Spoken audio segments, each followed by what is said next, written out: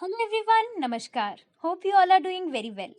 Welcome to Law, Life and Wisdom, जहां हम discuss करते हैं लॉ की रीसेंट पोजीशंस, लैंडमार्क जजमेंट्स और ऐसी कई चीजें जो लॉयर्स, जजेस, लॉ के सभी स्टेक होल्डर्स को पता होनी चाहिए. तो जैसा कि आप सबको पता है, हमने अपनी पिछली वीडियोस में कवर की थी मोस्ट इम्पॉर्टेंट लैंडमार्क जजमेंट्स जो कि एग्जाम में पूछी जा सकती हैं क्वेश्चन और आंसर्स की फॉर्म में. अगर आपने वो वीडियोस नहीं देखी हैं तो आप अभी हमारी प्लेलिस्ट चेक करके वो वीडियोस देख सकते हैं. सारी जजमेंट्स जो हैं वो क्वेश्चन और आंसर्स की फॉर्म में है, जो कि प्रीलिम्स और मेंस पर्पस के लिए और साथ ही इंटरव्यू के लिए भी बहुत रेलेवेंट रहने वाली हैं, सभी लॉ के एग्जाम से रिलेटेड. तो आज उसी को कंटिन्यू करते हुए हम आगे बढ़ेंगे. तो let's start without wasting any time. हमारी आज की पहली जजमेंट है Sita Soren versus union of India, एक बहुत ही लैंडमार्क जजमेंट 2024 सुप्रीम कोर्ट की. इस जजमेंट में पीवी नरसिम्हा राव की जजमेंट जो कि 1998 में दी गई थी उसे ओवरटर्न कर दिया गया. अब ये पीवी नरसिम्हा राव की जजमेंट क्या थी? तो पीवी नरसिम्हा राव की जजमेंट एक बहुत ही इंटरेस्टिंग सी या कह लें अजीब सी जजमेंट थी, जिसमें ये कहा गया कि अगर मेंबर्स ऑफ पार्लियामेंट या फिर लेजिस्लेटिव असेंबली पार्लियामेंट में या लेजिस्लेटिव असेंबली में ही कोई पर्टिकुलर क्वेश्चन उठाने के लिए ब्राइब लेते हैं, यानी कि अगर कोई उनको ब्राइब करता है या फिर कि आप कोई पर्टिकुलर क्वेश्चन ही पूछिए, तो ये ब्राइबरी में नहीं आएगा. और यहाँ पर मेंबर ऑफ पार्लियामेंट्स और लेजिस्लेटिव असेंबली इम्यूनिटी ले सकते हैं अंडर आर्टिकल 105 सब क्लॉज 2 और 194 सब क्लॉज 2. तो यहाँ पर सीता सोरेन की जजमेंट में सुप्रीम कोर्ट ने ये एम्फसाइज किया है कि आर्टिकल 105 और 194 कॉन्स्टिट्यूशन ऑफ इंडिया का जो पर्पस है वो भारत जैसे देश में, जहाँ आज भी डेमोक्रेसी नंबर 1 है पूरी दुनिया में, वहाँ पर डिबेट और शास्त्रार्थ जैसे माहौल को जिंदा रखने के लिए है.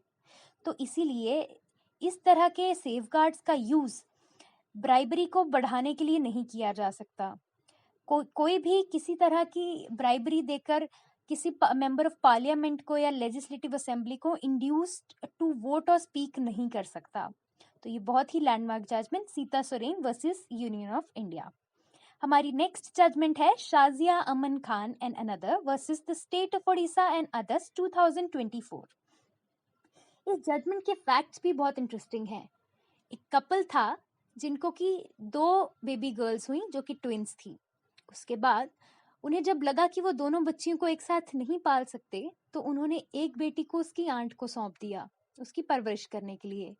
अब जब वो बच्ची जो कि आंट के पास थी, अपनी आंटी के पास थी, 14 या 15 साल की हुई, तो उसके फादर ने दोबारा से उसकी कस्टडी क्लेम की, ये कहते हुए कि अब वो अपनी बच्ची को वापस चाहते हैं.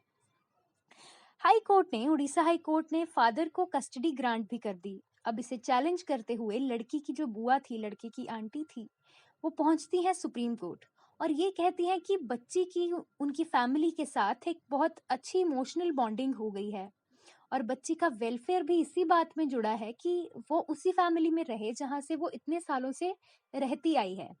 तो यहाँ पर सुप्रीम कोर्ट ने लड़की की आंटी को रिलीफ देते हुए फादर को कस्टडी नहीं दी, उसे रिजेक्ट कर दिया और ये कहा कि पर्सनल लॉ या कोई भी स्टैट्यूट बच्चे के वेलफेयर को ओवरराइड नहीं कर सकता और इसीलिए सुप्रीम कोर्ट ने कस्टडी ग्रांट की बच्चे की आंट को, rejecting the opposition of father.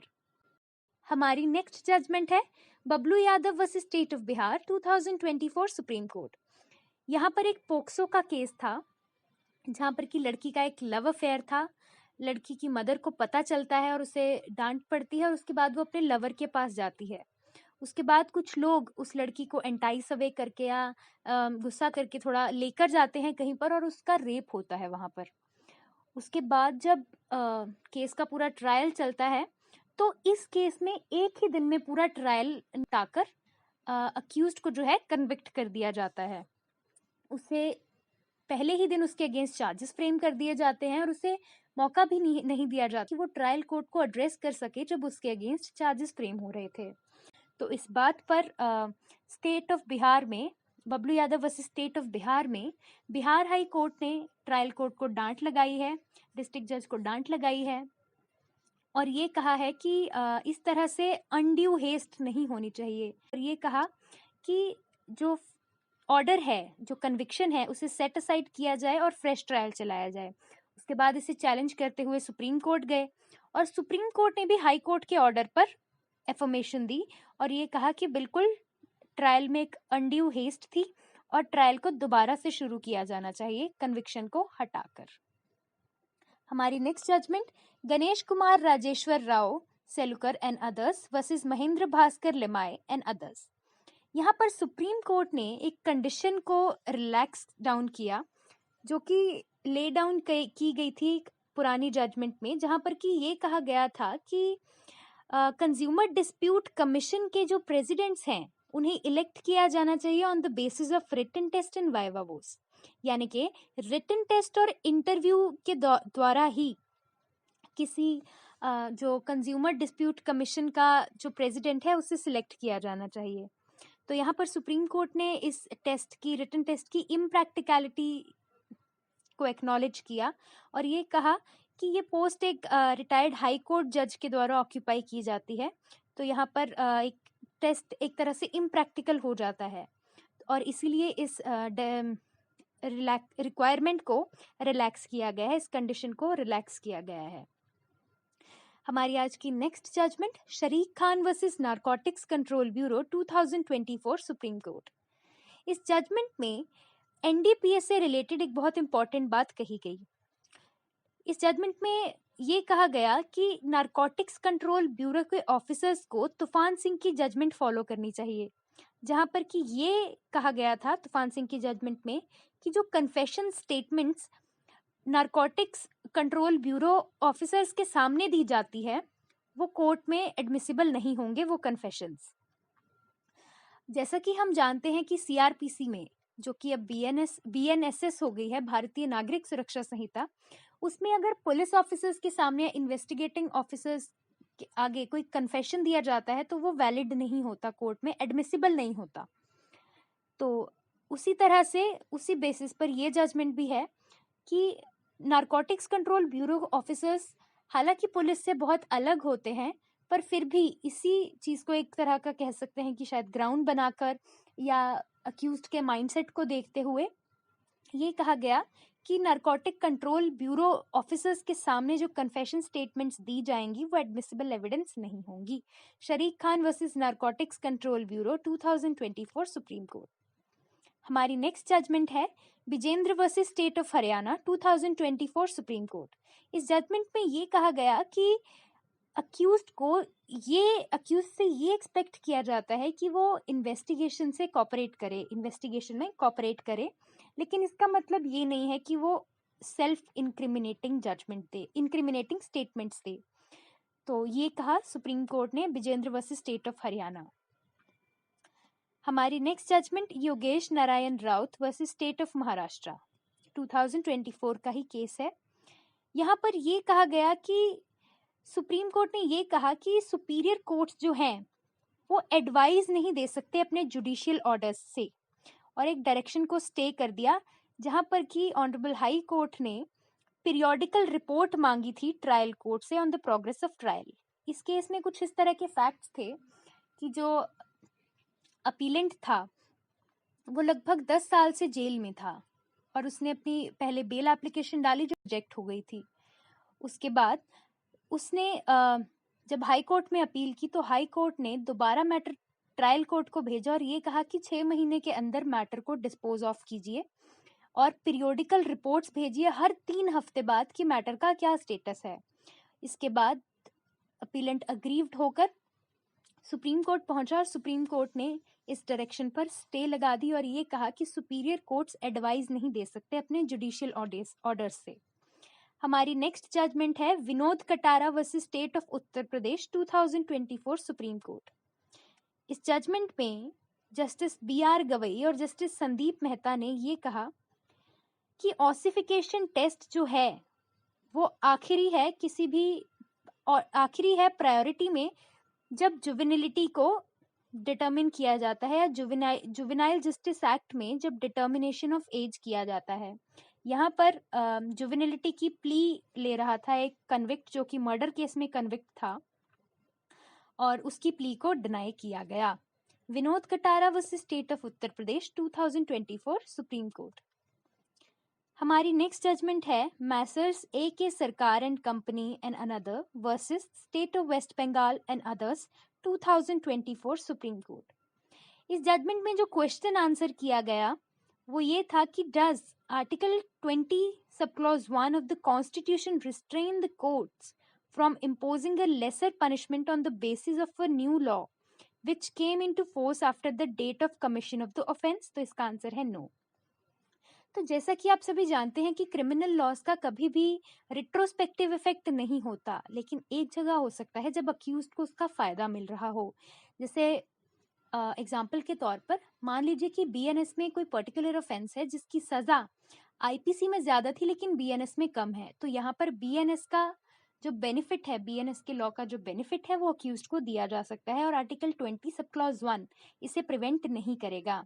Messrs A K Sarkar and company and another versus state of West Bengal and others 2024 supreme court. हमारी next judgement Ramesh Kumar Bang and others versus state of Telangana 2024 supreme court. इस judgement में जो question answer किया गया वो ये था कि whether the directions passed by it in the decision of Mrs. Priyanka Srivastava and another versus state of Uttar Pradesh and others are mandatory।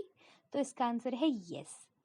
अब प्रियंका श्रीवास्तवा की जजमेंट किस चीज से रिलेटेड थी ये मैं नहीं बताऊंगी, आप हमें बताएंगे कमेंट सेक्शन में।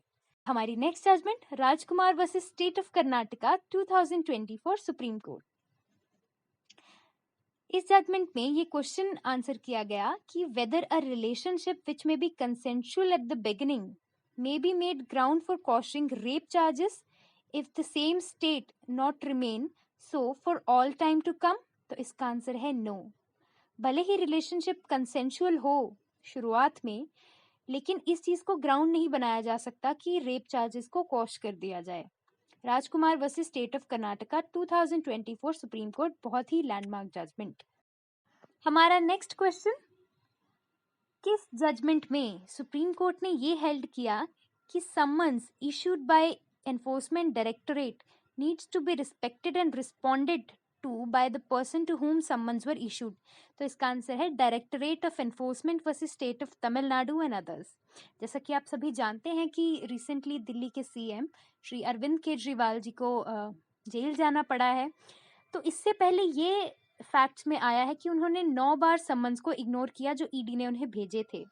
तो इसी रिगार्ड में ये जजमेंट है क्योंकि सुप्रीम कोर्ट ने पहले दी थी और ये कहा था कि एनफोर्समेंट जो भी समन्स इशू करती है उन्हें रिस्पेक्ट किया जाना चाहिए और रिस्पॉन्ड किया जाना चाहिए।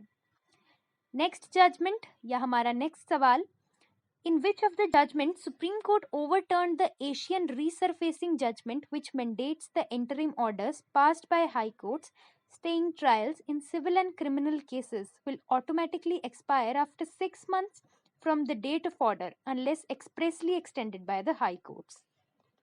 यानी कि मान लीजिए अगर high court interim orders pass करते हैं और उसके थ्रू स्टे कर देते हैं सिविल और क्रिमिनल केसेस को, तो एशियन रिसरफेसिंग की जो जजमेंट थी उसके अकॉर्डिंग वो एक्सपायर हो जाएंगे after the 6 months from the date of order unless expressly extended by the high courts. तो सवाल ये है कि सुप्रीम कोर्ट ने किस जजमेंट में एशियन रिसरफेसिंग की जजमेंट को ओवरटर्न करा था। तो इसका आंसर है high court bar association Allahabad versus state of Uttar Pradesh. हमारा नेक्स्ट सवाल, In which of the cases did Supreme Court dismiss the PIL seeking to digitally monitor all activities of MPs, MLAs to ensure transparency and to prevent corruption? एक PIL file की गई थी honourable supreme court of India में, जहां पर ये कहा गया था कि डिजिटली मॉनिटर किया जाए सारी एक्टिविटीज को जो भी MPs और MLAs होते हैं, जिससे कि ट्रांसपेरेंसी इंश्योर की जा सके और करप्शन कम से कम हो। तो इसे राइट टू प्राइवेसी को ध्यान में रखते हुए डिसमिस कर दिया गया था। तो इसका नाम था doctor Surendra Nath Kundra versus union of India and another. हमारा नेक्स्ट क्वेश्चन, हमारा आज का next question, in which of the case, किस केस में सुप्रीम कोर्ट ने अर्ज किया पार्लियामेंट को to consider amending the act to prescribe a specific limitation period for filing applications under Section 11 subsection 6 of Arbitration and Conciliation Act तो इसका answer है messrs Arif Azeem company limited versus messrs Aptech limited. Section 11 subsection 6 arbitration and conciliation act क्या कहता है, हमारे साथ share कीजिए comment section में। हमारी नेक्स्ट आज की judgment Shailesh Kumar versus state of Uttar Pradesh, जहां ऑनरेबल सुप्रीम कोर्ट ने 2024 में ही कुछ इंपॉर्टेंट क्वेश्चंस को आंसर किया, केस डायरी से रिलेटेड थे जो। तो सबसे पहला सवाल, who maintains the case diary and when for what purpose. सबसे पहले ये समझते हैं कि केस डायरी क्या होती है। जो भी इन्वेस्टिगेटिंग ऑफिसर होता है किसी पर्टिकुलर केस में, वो अपने पास एक केस डायरी मेंटेन करते हैं, यानी कि कब ऑफेंस में, जब वो इन्वेस्टिगेशन कर रहे थे किसी ऑफेंस की, किस टाइम क्या हुआ, उन्होंने कब क्या देखा, कहाँ से क्या मिला, तो ऐसी सारी चीजें।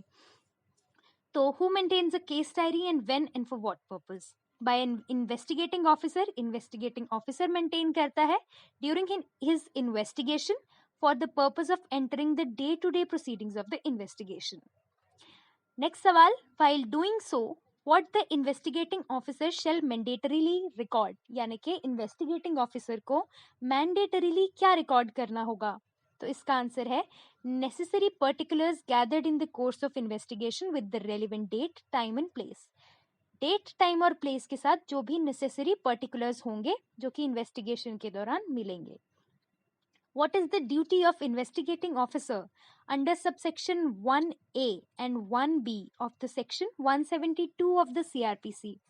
The investigating officer has to mention in its case diary the statement of witness recording during investigation with due pagination, यानी कि pagination होनी चाहिए प्रॉपर, और 1A और 1B के अकॉर्डिंग ये उसकी ड्यूटी बनती है कि जो विटनेस की स्टेटमेंट है उसे रिकॉर्ड किया जाए। सबसेक्शन 1A और 1B इंसर्ट किए गए थे act 5 of 2009 with effect from 31 दिसंबर 2009।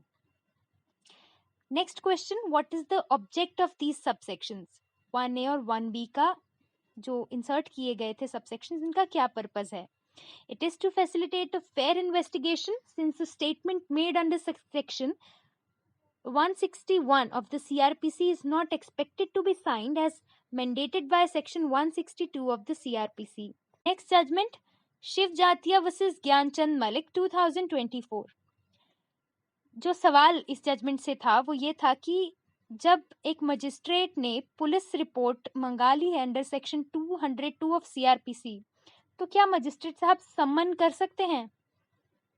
तो इसका आंसर था no, unless the report is submitted by the police, यानी कि जब तक रिपोर्ट सबमिट ना कर दी जाए तो सेक्शन 202 ऑफ CRPC के अंडर जो है वो सम्मन्स नहीं किए जा सकते। Shiv Jatia versus Gyanchand Malik 2024 supreme court. हमारी नेक्स्ट जजमेंट है SP Velayutham versus MRMGF land limited 2024 supreme court.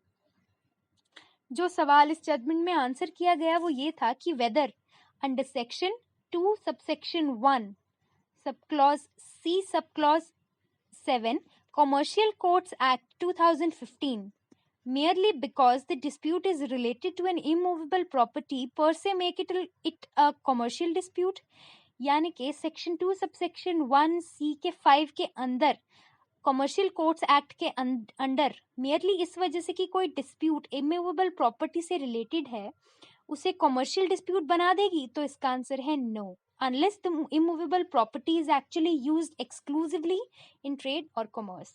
SP Velayutham versus MRMGF land limited 2024 supreme court. Anun Dhawan versus union of India 2024 supreme court. इस जजमेंट में जो क्वेश्चंस आंसर किए गए वो ये थे कि whether right to food is a fundamental right. इसका आंसर जो दिया गया वो ये कि although the constitution of India does not explicitly provide for right to food the fundamental right to life enshrined in Article 21 of the Constitution does include right to live with the human dignity and right to food and other basic necessities. Article 47 भी provide करता है कि state effort करेगा और standards raise करेगा level of nutrition के, और standard of living बढ़ाएगा लोगों का, और public health को improve करेगा, और ये state की primary duties होंगी। ये आंसर किया गया Anun Dhawan versus union of India 2024 supreme court में। हमारी नेक्स्ट जजमेंट है Shailesh Kumar versus state of Uttar Pradesh 2024 supreme court.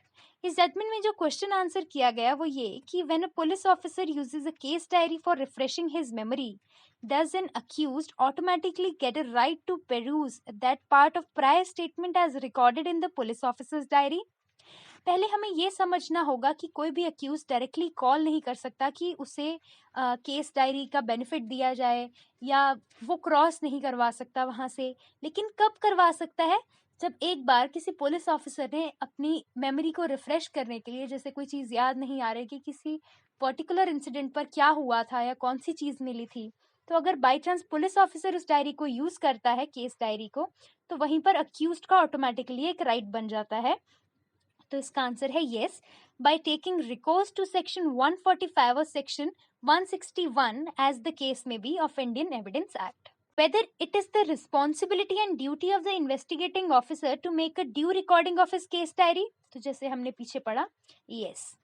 Is there any corresponding right under subsection 3 of section 172 of CRPC for accused to seek production of diaries or to peruse them? Is there any exception? तो जैसे कि हमने जाना कि general rule तो है कि नहीं, लेकिन जहाँ पर पुलिस ऑफिसर अपनी मेमोरी रिफ्रेश करने के लिए उसे यूज़ कर लेता है, या फिर जहाँ पर कोर्ट यूज़ कर लेता है उन्हें, उस डायरी को, for the purpose of contradicting the police officer, तो वहाँ पर अक्यूज का राइट बन जाता है अंडर सेक्शन 145 और 161 of the Indian evidence act. हमारी next judgment Ramnath versus state of Uttar Pradesh. ये जजमेंट भी food safety and standard act से ही रिलेटेड है।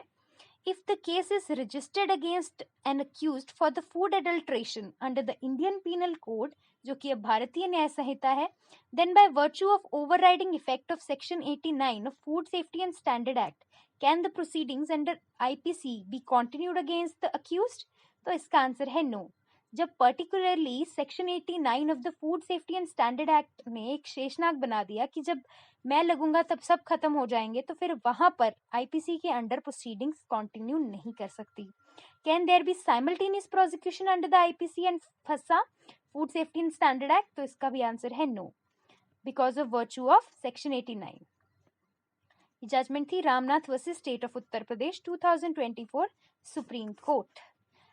Whether under section 3ZZ and ZX Food Safety and Standard Act 2006, the concept of unsafe food is more comprehensive than the concept of adulterated food? तो इसका answer है yes, क्योंकि unsafe food means article of food whose nature, substance or quality is so affected as to render it injurious to health। यानी कि कोई food adulterated तो हो सकता है, दूध में पानी तो मिला हो सकता है, but that is not injurious to health. हालांकि अगर दूध में यूरिया या ऐसी कोई चीज़ है जो आपकी बॉडी के लिए अच्छी नहीं है या घातक है बॉडी के लिए, तो उसे हम अनसेफ फूड बोलेंगे। तो यहाँ पर next question, how to make food unsafe? तो इसका आंसर है by adding a substance directly और as ingredient which is not permitted, presence of any harmful substance, any adulterant added to article of food which renders the article of food injurious to the health। तो यहाँ पर unsafe food और adulterated food में एक difference create किया गया, एक line draw की गई Ramnath versus state of Uttar Pradesh 2024 supreme court में। तो आज की हमारी जजमेंट्स यहीं तक। उम्मीद है आपने आज फिर से बहुत कुछ नया सीखा होगा। हमारी पुरानी वीडियोस देखने के लिए और बाकी की नई वीडियोस जो फ्यूचर में जजमेंट्स आएंगी उनसे जुड़े रहने के लिए सब्सक्राइब कीजिए और जुड़े रहिए हमारे साथ। Thank you for watching. Stay connected.